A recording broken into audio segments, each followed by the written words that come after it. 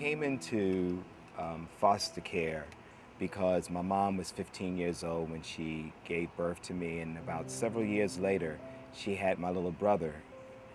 And she left me for days unnumbered to take care of my brother because she walked out and left us as a result of her addiction to heroin.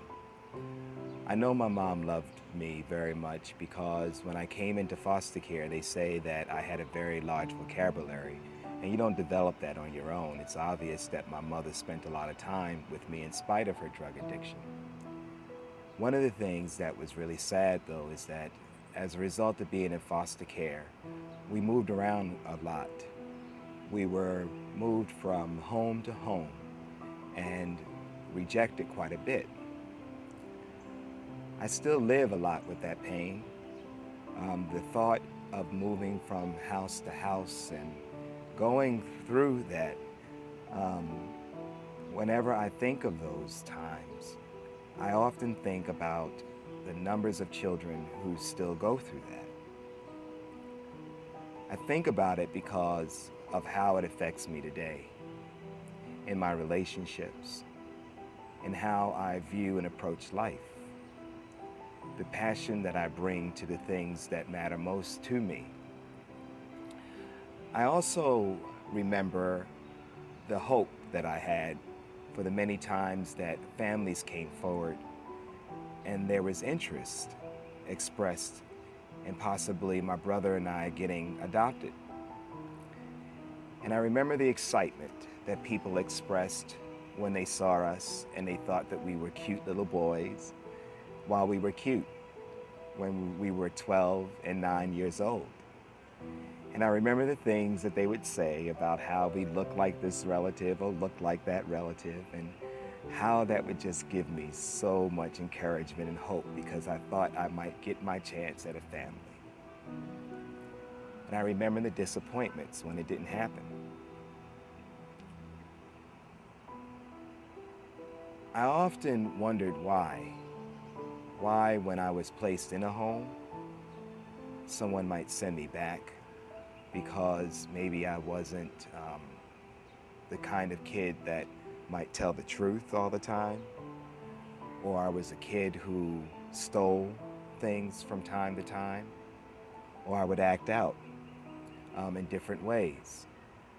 And I felt bad because when I would get kicked out of a home, I would look at my little brother and realize that it was often my fault that we were being thrown out of a home. And those feelings again of moving from place to place and feeling a bit unsettled made it very hard for me to trust people.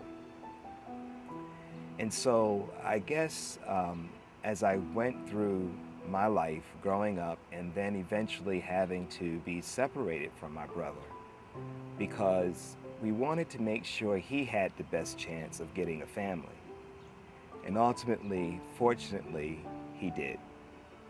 My brother ultimately did get adopted, and it hurt him that we couldn't be adopted together. He's a grown man now, and he wonders, even as a grown man, why was he left?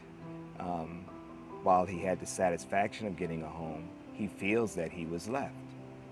So there was a price paid that we had to be separated, even though he had a family. I went through the rest of my life feeling as if I wasn't quite good enough, feeling that there was something really wrong with me because I never did get a family. And I know that there are hundreds of children out there, hundreds of thousands of children out there who beat themselves up because they really wonder why aren't they good enough to get a home. Something that every child deserves.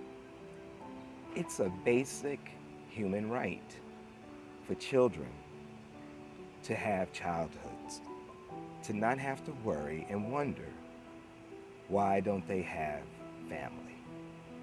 Why don't they have a mom and a dad, or an aunt and an uncle?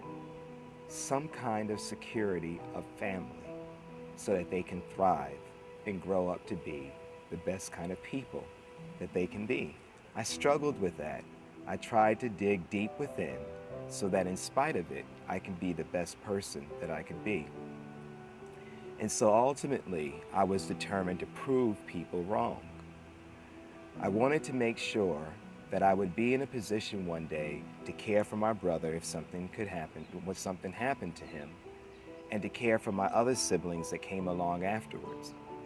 So ultimately, I did do that. I went on and I graduated from high school in spite of all the moves, and that resulted in me having to go to 6 different high schools. And I graduated on time as my class valedictorian. I went on to college and I got a degree in health and human services. And then I went on and received another degree in healthcare management and another graduate degree in management, and had a successful career in the Navy, and went on and just other great jobs, and became an advocate for children, although that was never my intention, but found that I really needed to do that because I wanted people to understand the pain and to understand the possibilities at the same time that all of the children who are waiting have. And I often wonder now that although I never did get that family, that when people look at me and they see that I actually became the director of a major foundation, that I was the chief of staff in the mayor's office in Washington, D.C., and that now that I run a major advocacy organization, I actually wonder, who wouldn't want to call me son now? Who wouldn't be proud of having me as a part of their family? And how many children out there would say the same?